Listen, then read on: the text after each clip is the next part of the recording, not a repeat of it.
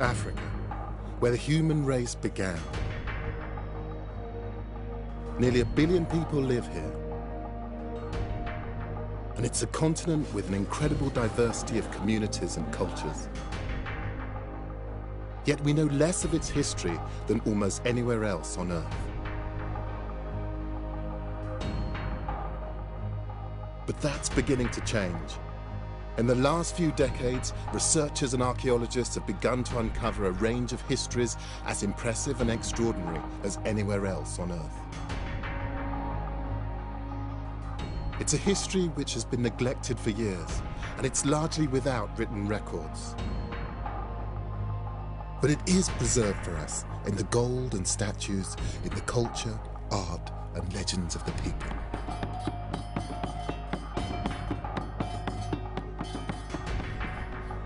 My name is Gus Casely-Hayford. Over many years, I've studied the history and culture of Africa. As an art historian, I'm used to drawing stories from mute objects from the past. I'm going to discover the history and find out what really happened to the lost kingdoms of Africa.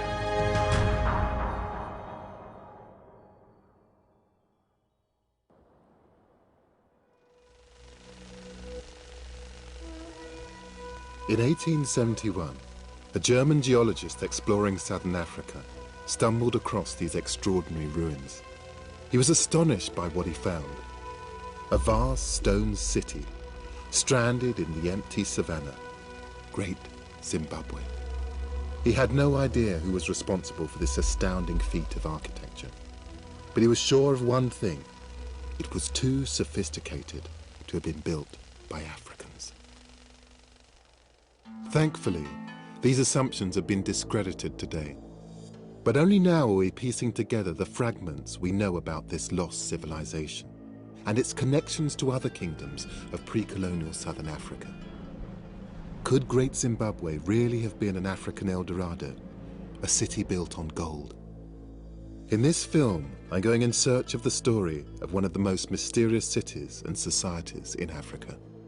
I don't think we can understand this kingdom without understanding the civilizations and kingdoms that grew up around it.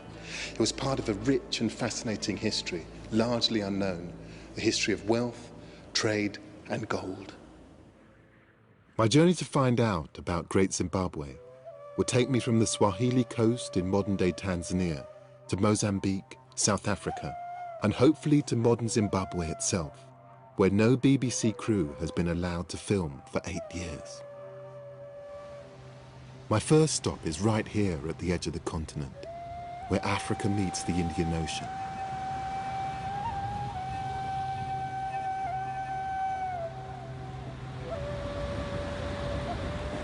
This is the ancient Swahili coast.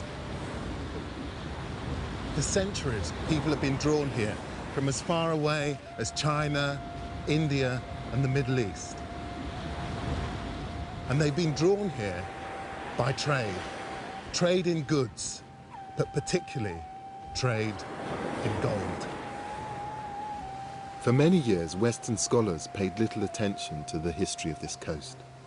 They didn't think it fitted into the wider trade patterns of the ancient world, to Arabia in the north and India in the east.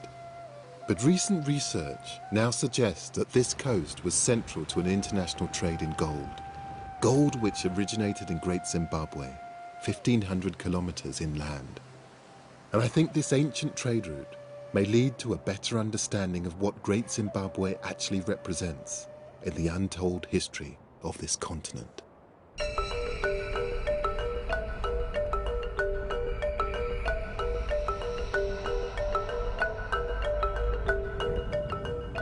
There's evidence to suggest that traders were already coming to this coast from far afield, as long ago as the 1st century AD. I've got my holiday reading with me, which is, well, it's a bit more than holiday reading. This is the Periplus of the Erythraean Sea, which is a 1st century guide to the Indian Ocean. It talks about all the sorts of wonderful places that merchants and sailors could have travelled in that time to ply their trade. And it talks about this place called Rapta, which is supposed to be the most southerly port in Africa that you could then travel to. The Periplus is an ancient Greek text which describes the ports and cities which dot this coast all the way up to Arabia. According to the Periplus, Rapta was the place where traders from India and Arabia came to buy ivory, fine tortoiseshell and rhinoceros horn. In return, the people of Rapta imported spears, daggers and glass. But unfortunately, the Periplus is vague on the exact whereabouts of Rapta, and the stories of this trading city have been dismissed as legend. Now, however, Professor Felix Chami of the University of Dar es Salaam in Tanzania thinks he might have found it. Are you Felix? How are you, man? Hey! Hi, I've heard a lot about you. I've been reading my Periplus in preparation for this. Good, man. Well, I know you're the man to show me around. You're welcome. I mean, the legendary Rapta. I mean, if you found it, this is quite something, so I'm expecting a lot.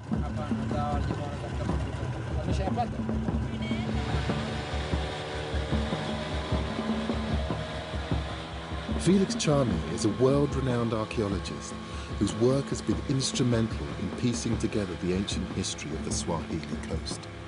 If he has indeed found Rapta, this will rank as his greatest discovery yet.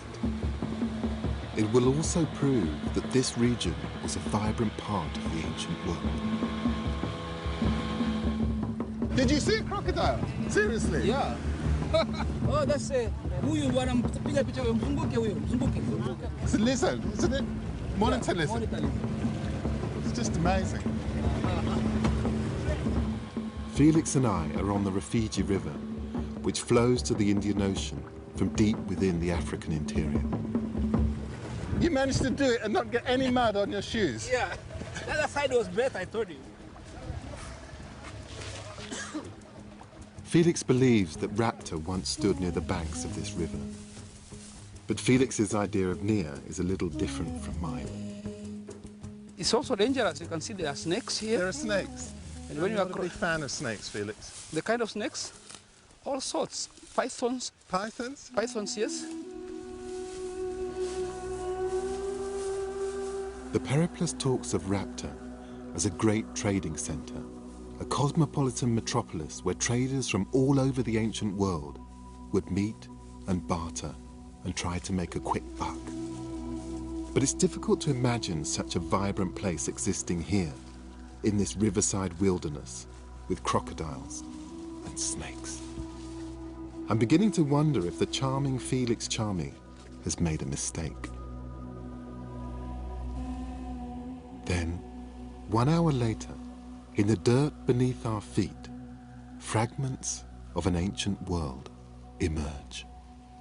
This is the beginning of what I call Rapta site. And actually, if you look down, there are pottery of 2,000 years. Probably has been brought down from the settlement. And if you again move and see the ground, yes, you can see, for example, you can see this one. This is a piece of pottery. For sure, it is 2,000 years old. Once you get your eye in, they're everywhere, aren't Yeah, they? yeah, and actually, if you are able to clean this ground, you'll see more. You can see like there's another piece there. Yes. And when we go up, I'll show you more. Buried beneath the dirt and foliage of this isolated wilderness, Felix thinks he's found something remarkable. Shards of pottery, tantalizing evidence of an ancient settlement. So somewhere under here may well be the remains of Rapta. Exactly. Felix thinks he's found Rapta because of the age and variety of the pottery which lies hidden beneath the surface. I promise you that I'll show you some potsheds. They are 2,000 years 2,000 old. years old. Actually, carbon-14 dating for this material is giving us a date of 200 to about 300 AD. So 200 AD is a common date here for this kind of pottery. Are these imported or are they made? No, they are local. They're local? They are local, yes. Have you found pottery that has come from beyond these shores, beyond? Yes, yes. We have found good amount of ceramics which are brought from different parts of the world. This pottery from Egypt was examined by a professor in Sweden, and he confirmed this pottery is from the Nile Valley. You can see the texture of it. It's incredibly fine and light, isn't Exactly, exactly. You can even see the color of it, the pinkish color of it. Yes. No? It feels like we're in the middle of nowhere, but the evidence from the pottery, its age, its varied provenance, and the sheer amount of shards suggests that Felix might be right. That in this empty place, a trading centre once thrived, playing host to merchants from as far afield as ancient Egypt and India. Evidence that, from the earliest of times, this part of Africa had established trade routes with the wider world. Talking to Felix, I mean, he's opened up a whole raft of possibilities of where to explore next. But more than anything, it's this idea that this was the hub of a whole network of ports that ran down this bit of the coast.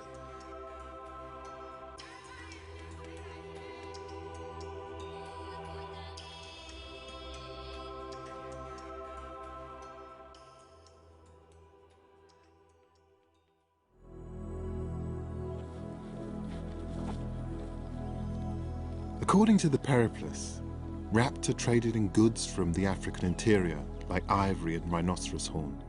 But there's no sign yet of the trade in gold which I'm looking for.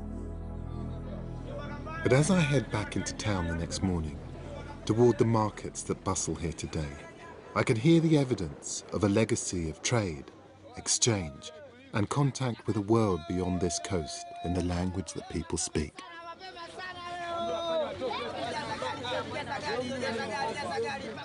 Swahili is an African language, but one which has incorporated many words from around the world, like a linguistic melting pot. The word Swahili itself actually comes from the Arabic word for coast, and there are traces of Indian and even Portuguese too. In fact, Portuguese traders first passed through here in 1498 and described a spectacularly wealthy city on an island just off the coast. And that's where I'm headed next. The Portuguese produced these absolutely beautiful maps and illustrations of this gorgeous place. And they just look so deeply impressive. And if the place lives up to this, it's just going to be magnificent. The city was Kilwa Kisiwani, a city whose streets the Portuguese describe as overflowing with gold and filled with black Moors, the old European term for Africans. Colonial historians assume that Kilwa was an Arab outpost because of its Muslim heritage. But now we think that Kilwa was African, that these were black African Muslims, an interpretation backed up by the observations of the famous Arab traveller Ibn Battuta, who came to Kilwa in 1331. He talks about Kilwa as one of the most beautiful cities, and he talks about the local population as being a very dark complexion, and he describes their ethnic scarifications. I mean, this really was an African city, and it was also a very profitable one. The reason I'm here is that a copper coin like this from 14th century Kilwa has been found at Great Zimbabwe, 1,500 kilometers inland. Evidence perhaps that Great Zimbabwe and Kilwa are two ends of what was a lucrative trade in goods.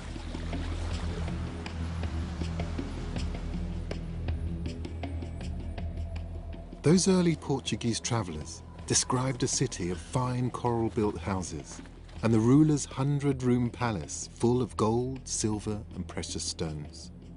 The site is still spectacular today. Among the ruins are the houses which would have accommodated the travelling foreign traders who regularly descended on Kilwa from across the ocean. Local guide Athmani Abdullah has agreed to show me around. So why particularly Kilwa? Why was it such an important post in terms of the trading network along the coast? Yeah, it was important because it was easier for the traders who used the sailing boats to come here. So it acts like a barrier, because when you come in, you can anchor easily, because these guys were traveling through the monsoon wind. The direction of the prevailing wind on the Swahili coast changes twice a year, allowing ships to cross the Indian Ocean and return again within 12 months. And that's why Kilwa was ideally placed to serve as East Africa's gateway to the trading networks of the ancient world. Lovely to meet you, Hi, Stephanie. nice to meet you. Welcome to Kilwa. Oh, thank you. British archaeologist Stephanie Wynne-Jones of Bristol University is an expert on Kilwa's history and has studied how its fortunes have ebbed and flowed through the ages. One of the things that's really been demonstrated through the archaeology is that there's been a settlement here since at least the 9th century AD. They were really integrated into the Indian Ocean system, actually, and there are a lot of imports brought to the site from mainly from the Persian Gulf area, also from India, as sort of reaching this island at that date. So what was being traded through this port, exported? What sorts of goods were... Well, in general, from the Swahili coast, the products of the African hinterland were being traded, often in the form of raw materials. Kilwa was particularly famous for gold, and the source of Kilwa's wealth was based on the gold trade from the south, from the Zimbabwe plateau. This was an island state made rich by gold. These merchants knew the international value of the precious metal and bargained hard. And as the gold flowed through Kilwa, by the 14th century, the city had become one of the most important and richest ports in Africa. And if you look closely enough, some of that wealth is still visible.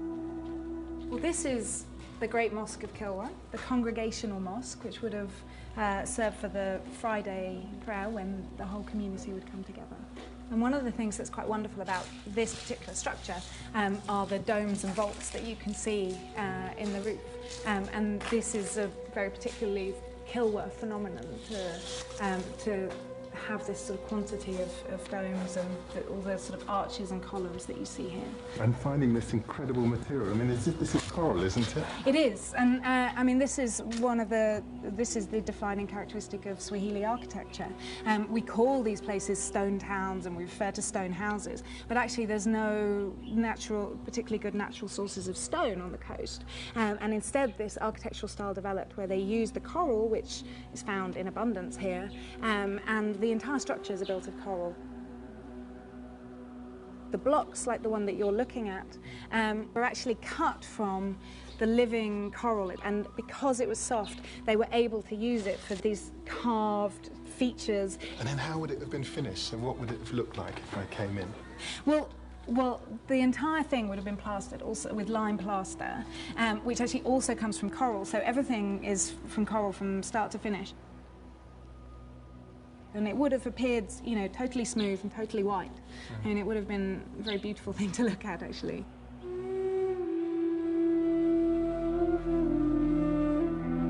Beautiful and technically sophisticated. Many of the great buildings of Europe were built around the same time. The Piazza del Campo in Siena, the Cathedral of Notre Dame in Paris. To my mind, this is surely a match for them.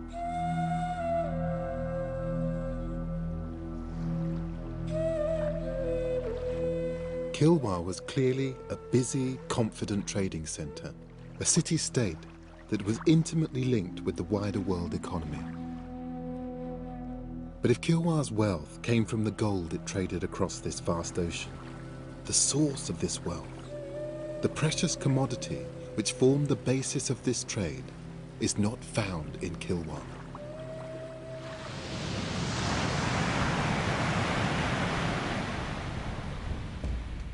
Africa's gold comes from deep inland, from the high plateau of Zimbabwe, 1,500 kilometers away.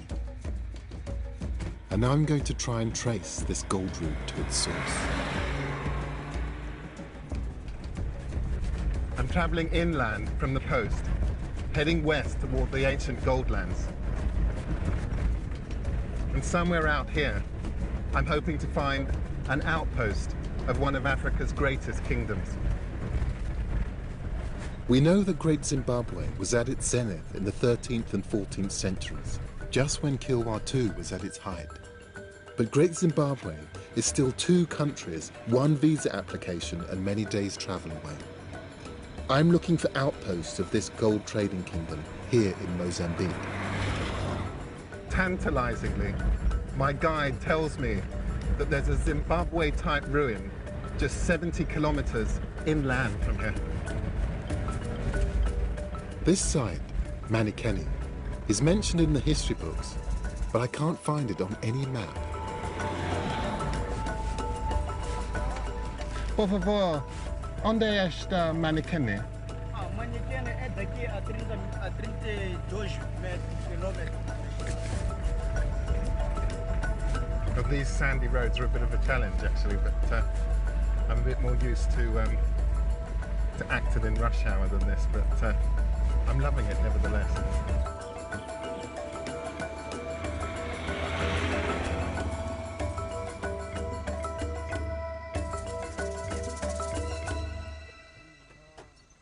There's a welcome waiting for me, led by local historian Vicente Vilanculos.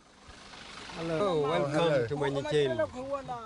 And the villagers want to perform a small good luck ceremony for us. We have visitors here that want all things to go well, so that no snakes, no anyone can be beaten or something go wrong. Thank you. I particularly hate snakes, so I think that's I'm really grateful to you. Thank you. The chief's son offers beer to the ancestors on our behalf.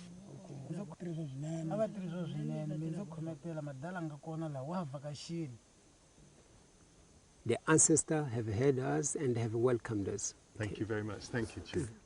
With the blessings of his forebears, Vicente and I set off for the ruins of Manikeni.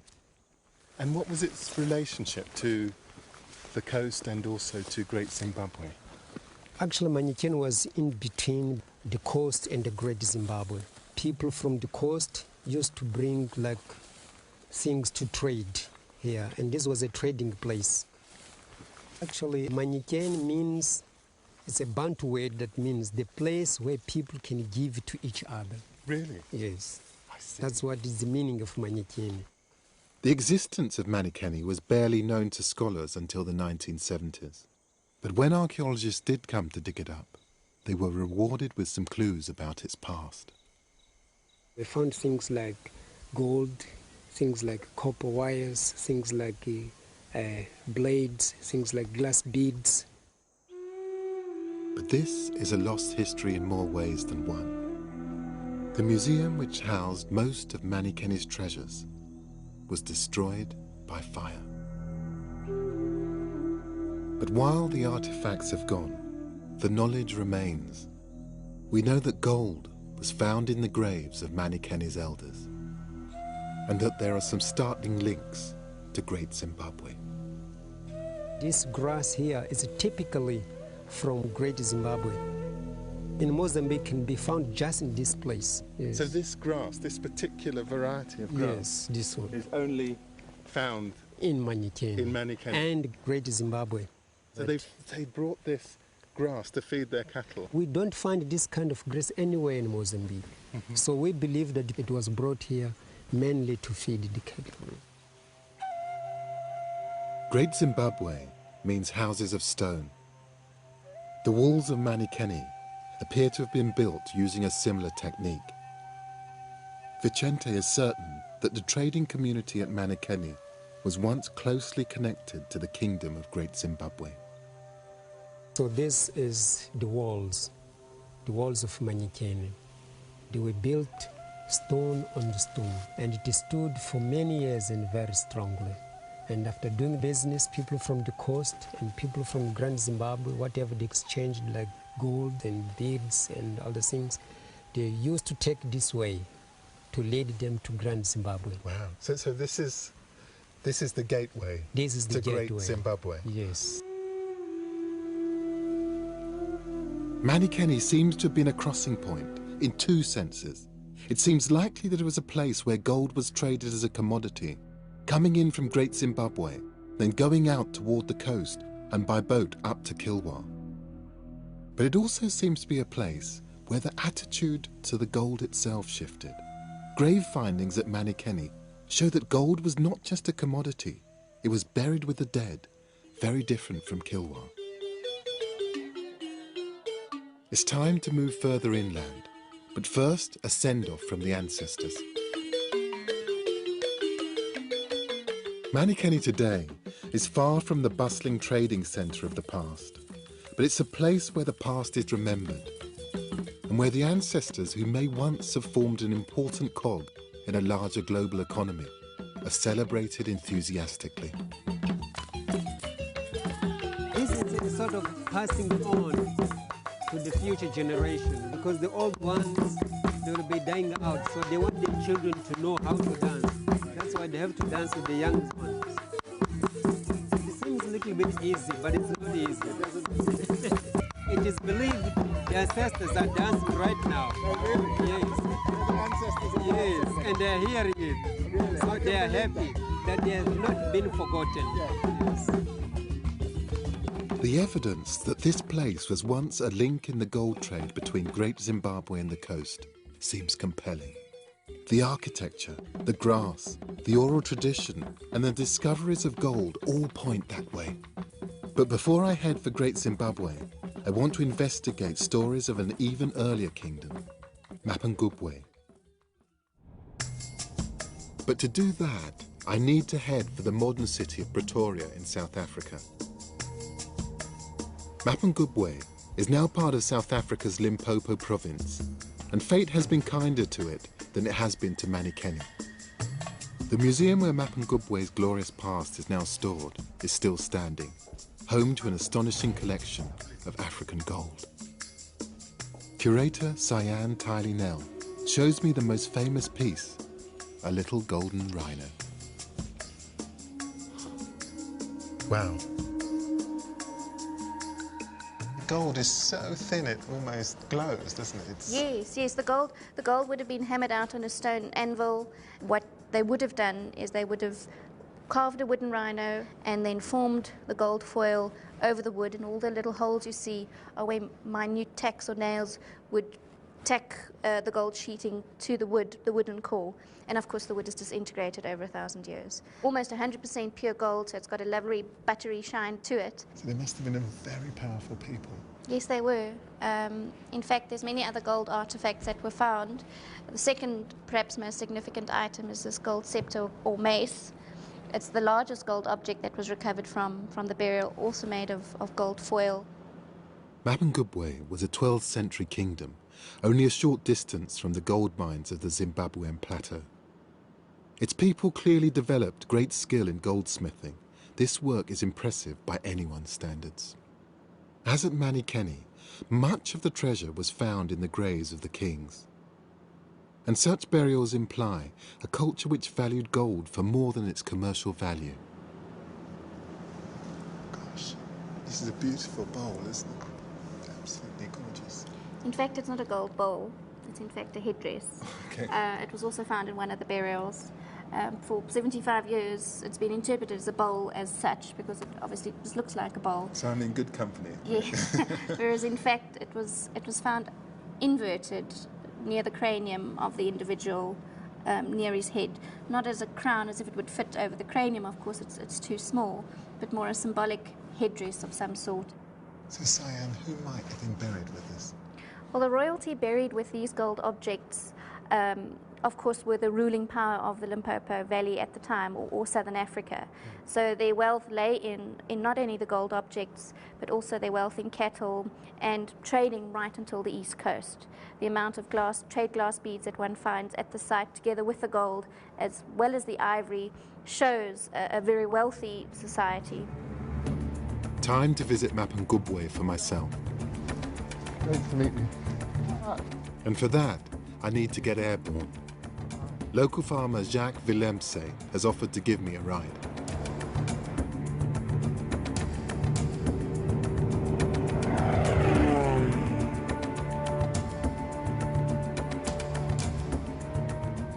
From up here, things become a bit clearer. Below me is the mighty Limpopo, which flows to the coast. This huge river was for centuries a highway which carried people and goods from the interior to the coast.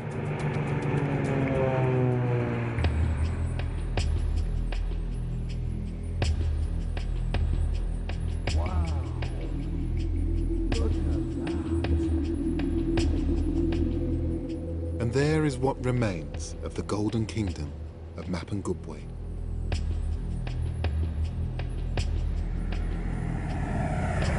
Today, Mapungubwe is part of South Africa's national park system. The heart of the old kingdom is Mapungubwe Hill. Park Ranger Cedric Satlako has agreed to show me around. This is the hill itself, Mapungubwe Hill, where people lived about 1,000 years ago. Wow. Archaeologists believe that Mapungubwe's reach spread across southern Africa from the 11th to the 13th centuries, and that after the kingdom collapsed, some of its people may have headed north and founded Great Zimbabwe. It was one of the most complex societies in southern Africa, with a rigid division between the king, his ministers, and his subjects. The king was buried here with a lot of artifacts. If you look at the hill itself, I mean, why the people would choose to live up here is because if you look around it, I mean, it's just sheer rock. I mean, there's no way that you can be able to access this hill. There's only one way up to the top. The kingdom's rulers kept the hill to themselves. Ordinary members of Mapungubwe's society were not allowed in. Even in modern times, the hill still holds mystical powers to the people here. Most of the people long back used to believe that you wouldn't even look at the hill itself. Really? They were even scared to look at the hill. I mean, even the person who brought the first people to discover the site, I mean, he had to turn his back and sort of like pointed, there is the hill right behind me, and I'm not going there. Really? Yeah. So what might happen to you if you did look at the hill? What I mean, some people believed that you would go blind or lose your life or die or something like that.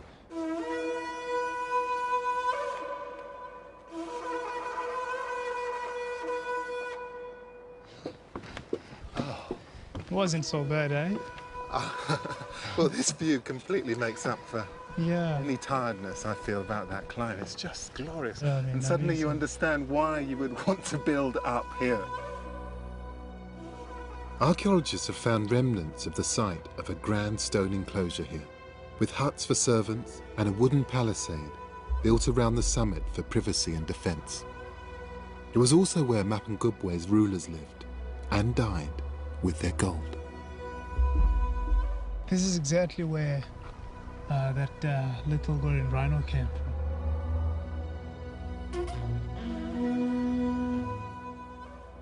Just from around here, it's exactly where it was discovered. And also to indicate to you that from the bush back there up to here, this whole area, this was a burial site. These people were buried in a sitting position facing west, and each one of them was buried wearing these golden bracelets, and they were as well buried with clay pots, which were filled with thousands and thousands of gold and glass beads. So Cedric, why was this site so important? Mapungubwe is the first Southern African kingdom, meaning this is exactly where kingdomship started in Southern Africa. I mean, of all these kingdoms which are still in existence, I mean, today, I mean, this is exactly where it all started.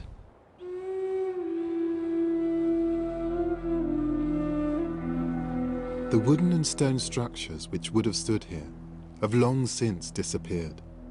But the gold artifacts in Pretoria testify to this ancient kingdom's existence, its power and its wealth. But Cedric is keen to show me one aspect of Mapungubwe life that still survives today. Now we have a game here. It was played by the Mapungubwe people 1,000 years ago. This is a game called Muruba in Sotho, Mofuba in Venda. I think I recognize this. but please, tell me. Do you? Well, my family are from West Africa, and we have a game there, which looks fairly similar, called Owari.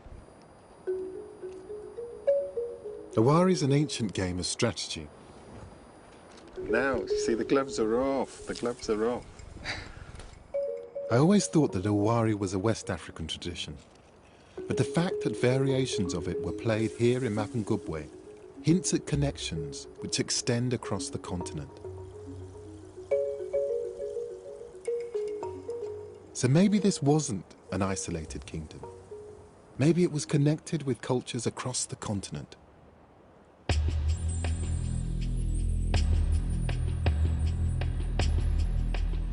The outline of Mapungubwe's society may be faint today, but the kingdom's geography seems clear. The subjects and their families lived at the bottom of the hill, and at the top, protected by the forbidding stone enclosures, were the royal family and their retinue. I think one of the things that has really struck me is how complex the sociology of this particular area is. I mean, if you imagine the people came and they settled here, but they didn't just settle here, but they created a really complex social system. The support of all the people who would have lived down here, farming, trading, bringing the water up, all of that infrastructure to support the family, the elite that lived up there. And this was a real departure for this bit of Africa, a settled, hierarchical society, and one that seemed to, at least for the period in which it was here, to really work as well. Mapungubwe was once the most powerful kingdom in southern Africa. But by the 13th century, it seems to have collapsed. We don't know why. And there is much more we don't know about the life of the people here, like how power was handed down or what they believed in. But archaeologists now think that the people of Mapungubwe may have travelled north to found an even bigger, more impressive kingdom, Great Zimbabwe.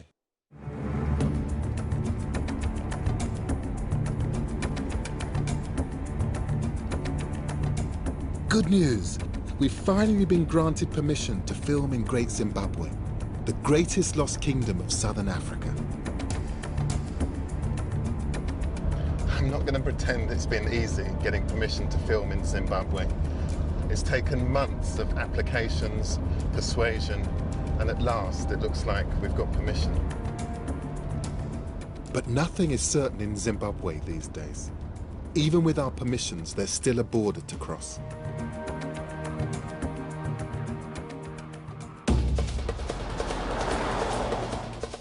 It took 4 hours, but eventually I'm in. A 16th century Portuguese captain described Great Zimbabwe as an almost mythical city. Among the gold mines of the inland plains is a fortress built of stones of marvelous size, and there appears to be no more to joining it. Great Zimbabwe was Africa's El Dorado, a place of myth and mystery. I'm meeting Zimbabwean archaeologist Edward Matenga, former curator of the entire site. Edward. Hello. Gus, lovely to meet you. He tells me the ruins are so important to the people here that I must have the blessing of one of the site's spiritual guardians, Ambua Vazirira, before I can get in. Gus, what Ambua is saying is that you are welcome to Great Zimbabwe as an honorable guest. So now we are going to take you to the sacred entrance to the site. Thank you. It's been a beautiful welcome. As well as curating this site, Edward Matenga has written extensively about Great Zimbabwe. He is recognized as one of the world's foremost authorities on this mysterious place.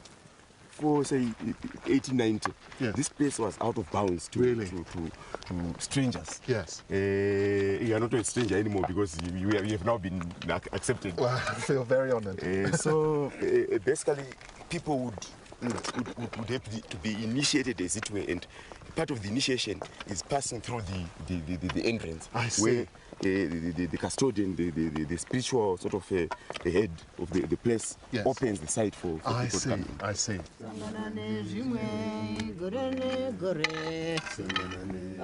So she is the key to the site. Yes, she's the key. In her sort of responsibility, she has to open the entrance. The entrance. Yeah, so traditionally, you'd have to stop here. You have to stop here. Hey,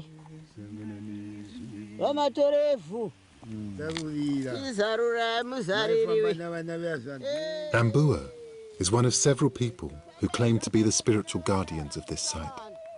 It certainly is an impressive performance.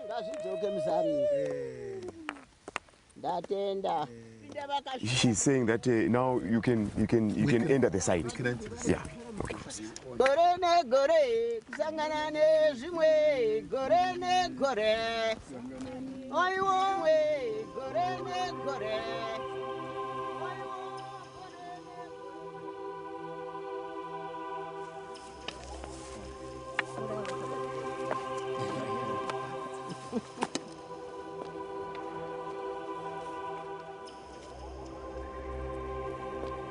This is the great gold kingdom of Great Zimbabwe.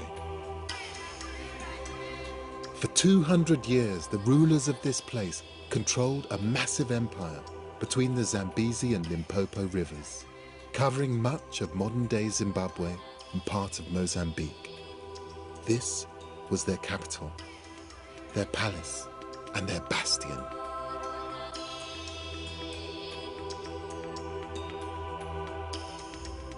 This is the cradle of a lot of people who live in this region. The descendants of people who used to live here are now found in South Africa, in Botswana, in other countries. From the 13th century to the 15th, these people controlled the gold mines of the plateau. Here in stone is their expression of that wealth and power. Walls that soar out of the earth, that curve and flow around the contours of the ground, creating narrow passageways and forbidding enclosures. This is a stunning feat of architecture. There is nothing gluing these walls together, just an extraordinary precision and craft. This is the highest wall at Great Zimbabwe at 11 meters. It is 6 meters wide at the bottom. It is estimated that about more than 1 million bricks are pegged into this wall. At its height, this place was a medieval city, home to 25,000 people, seemingly divided into social groups. Right now we are on the summit of the Zimbabwe Hill. This is called the Zimbabwe Hill Complex. There are 3 sort of areas of making up the site. We were the Hill Complex, we were the Valley Ruins, of which the largest building, the Great Enclosure, is located there. And then beyond the stone walls, and least obvious, of course, to many visitors, is the fact that there were a lot of housing units, dense housing units that were located outside the enclosures and over an area of about 720 hectares.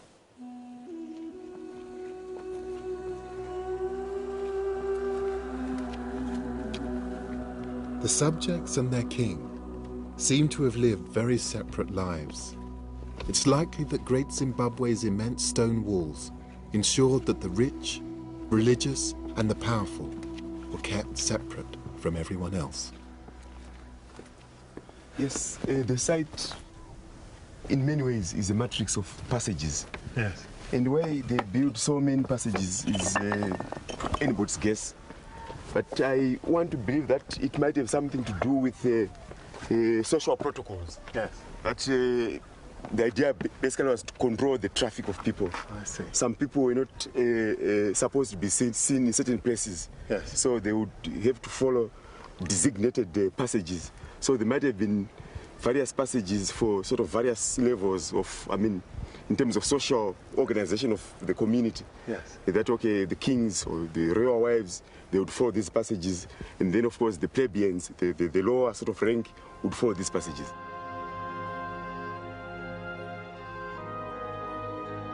But for decades, the significance of this place, what it meant, who built it, has been fiercely debated. The British, who ran this part of the world in the late 19th century, believed that a non-African people must have built this kingdom. Speculation as to who that might have been has ranged from the Phoenicians to the Queen of Sheba. When this country was run by its white minority, the idea that anyone but Africans built this city was actively and enthusiastically promoted. But carbon dating technology has ruled out ancient foreign civilizations as being responsible for Great Zimbabwe.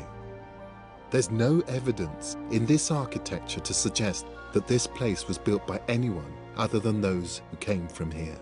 And the evidence from earlier settlements, like Mapungubwe, shows a continuity of southern African culture. The settled view now is, Great Zimbabwe was built by Africans. Archaeologists are also sure that this place was a rich trading kingdom. A wealth of trading goods, beads, bracelets, porcelain, and glass from China and the Middle East have been found here, along with gold, mined only 40 kilometers away. Gold was obviously very important, and we know there was traffic between this place, or the southern African hinterland, and the East African coast, linking with China, with India, with the Middle East. Yes. And that was one factor that might have caused people to become wealthy and build these structures as an expression of that wealth. One artifact in particular shows the links between Great Zimbabwe and the wider world. It's a 14th century copper coin like this one from Kilwa Kisiwani, the great trading city on the coast. A place which derived its wealth by selling on the gold from Great Zimbabwe to the rest of the world. Two ends, the same trading route. There's still so much that we don't know about Great Zimbabwe, the nature of its king or kings, the full meaning of its narrow passageways, and forbidding architecture. But we do know that this vast city was one of Africa's richest and most sophisticated kingdoms, and the starting point of a gigantic trading network that stretched from these high plateaux across southern Africa to the Swahili coast, and across the globe to Arabia, India, and China. And when Great Zimbabwe went into decline in the 15th century, so too did Kilwa, two kingdoms connected by gold and forgotten by historians for centuries. Today, the ruins of Great Zimbabwe have given their name to a modern African country. They are a reminder that although ancient kingdoms can be forgotten, they are rarely truly lost. This remarkable kingdom, high in the Zimbabwe highlands, is an emblem of a continent remembering its past.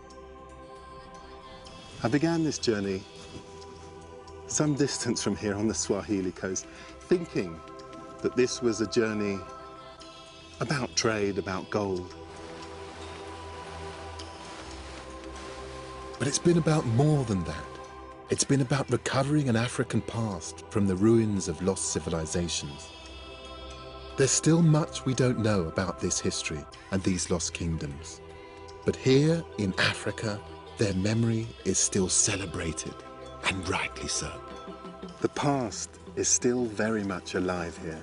It's still a living, breathing part of people's lives, their culture, and their identity.